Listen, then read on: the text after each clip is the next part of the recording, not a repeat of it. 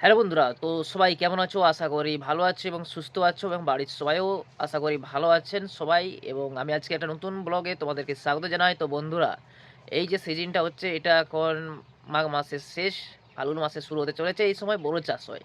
তো বোরোর হচ্ছে ধানের যে চারা ফেলানো হয়েছে তো কেমন হয়েছে বা মাঠে কেমন জল দেওয়া হচ্ছে এই নিয়ে আমি একটা ছোট তোমাদের কাছে শেয়ার করতে চলেছি এই গ্রামের ছোট একটা ভিডিও। তো চলো বন্ধুরা, পুরোপুরি ভিডিওটা দেখো এবং সঙ্গে জুড়ে থাকো বন্ধুরা। তো বন্ধুরা চলে এসেছি মাঠে। তো বন্ধুরা দেখতে পাচ্ছ মাঠে জল দেওয়া হয়ে গেছে। তো এই যে এবারে যে লাড়াগুলো মানে ধানের যে শেষ অংশ, যে শিকড় বাকড় আছে সব পচে যাবে। এগুলো হাল হবে রাত্রে। তো দিনের বেলা অন্য জায়গায় হয়তো ট্রাক্টর হাল করে, রাত্রে এসে এগুলো হাল করবে, সেই জন্য জল দেওয়া কমপ্লিট হয়ে গেছে। তো বন্ধুরা ওই পাশে ধানের চারাও ফেলানো হয়েছে এবং ধানের গাছও ফুটে গেছে। দেখছো বন্ধুরা একদম সবুজ হয়ে জল দিয়ে রাখছে। তো খুবই সুন্দর মানে দৃশ্য, মনোরম একটা প্রাকৃতিক দৃশ্য জিনিস। খুবই সুন্দর, খুবই সবুজভাবে এই ধানের চারাগুলি বড় হচ্ছে। এখন এই কদিন আগে হয়েছে আর কি, খুবই সুন্দর। এখন এই গোছ ধরেছে, এবার আস্তে আস্তে গাছের গোড়া মোটা হবে এবং বড় হতে থাকবে, তারপরে লাগানো হবে। মানে এখনও অনেক দেরি আছে বন্ধুরা। দেখছো বন্ধুরা কত সুন্দর দেখাচ্ছে, নিচে জল রয়েছে। তো জল দিচ্ছে জমিনে, তো কেমন দেখাচ্ছে বন্ধুরা অবশ্যই কমেন্ট বক্সে কমেন্ট করো। তো খুবই সুন্দর। চলো বন্ধুরা আরও একটু দেখাই তোমাদেরকে। তো খুবই ভালো লেগেছে এই যে যখন মাঠে পুরো ধানগুলো লাগানো হয়ে যাবে, এই তলাগুলো লাগানো হয়ে যাবে, এই চারাগুলো রোপণ করা হবে, আরও খুব সুন্দর দেখাবে বন্ধুরা। তো চলো, এখানটায় হয়তো কোনো কারণবশত হয়নি, এই যে জল দেওয়া হচ্ছে পাইপ দিয়ে, মোটর দিয়ে জল দেওয়া হচ্ছে। দেখছো বন্ধুরা মানে একদম জল দরকার, জল শুকিয়ে আসলো। মানে এই ধানের চারাতে প্রচুর জল লাগে। তো বন্ধুরা তো খুবই একটি ভালো উদ্যোগে জল দেওয়া হচ্ছে, ঠিক একদম ফিক্সড পাইপ করে দিয়েছে। তো বন্ধুরা দেখছো দুপাশেই দুপাশেই চারা রোপণ হয়েছে, মানে এই চারা দিয়ে পুরো এই যে এলাকাটা রোপণ করা হবে। তো খুবই সুন্দর, দেখতে থাকো এবং শেয়ার করে দাও বন্ধুরা।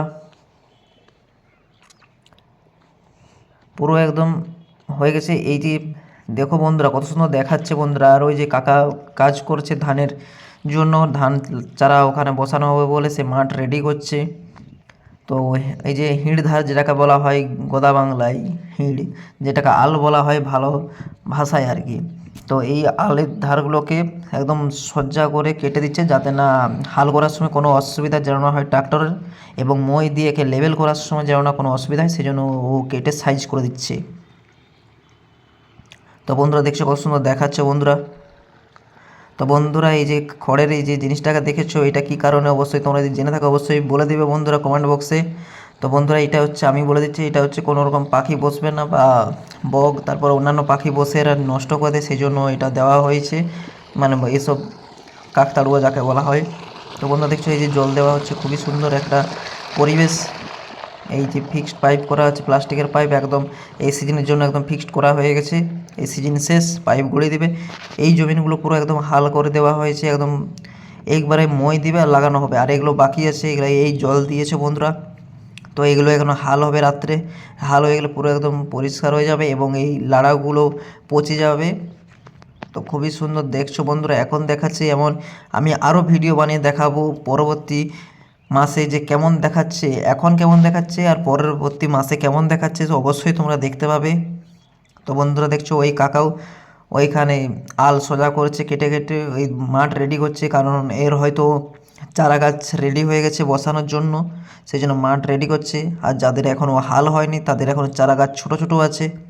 তো চলো বন্ধুরা, দেখলে আমার এই ভিডিও অবশ্যই শেয়ার করে দাও সব বন্ধুদের। তো বন্ধুরা, যদি ভিডিওটি ভালো লেগে থাকে অবশ্যই চ্যানেলটি সাবস্ক্রাইব করবে এবং বন্ধুদের সাথে শেয়ার করে দেবে এবং সবকে দেখার সুযোগ করে দেবে। এবং আমাদের গ্রামের কিছু প্রাকৃতিক মানে দৃশ্য আমি তোমাদেরকে দেখাবো। তোমরা অবশ্যই চ্যানেলটি সাবস্ক্রাইব করে রাখো এবং জুড়ে থাকো আমার সঙ্গে। তাহলে তো ভিডিও লাইক এবং শেয়ার করে তবেই তো ভালো লাগবে বন্ধুরা ভিডিও বানাতে।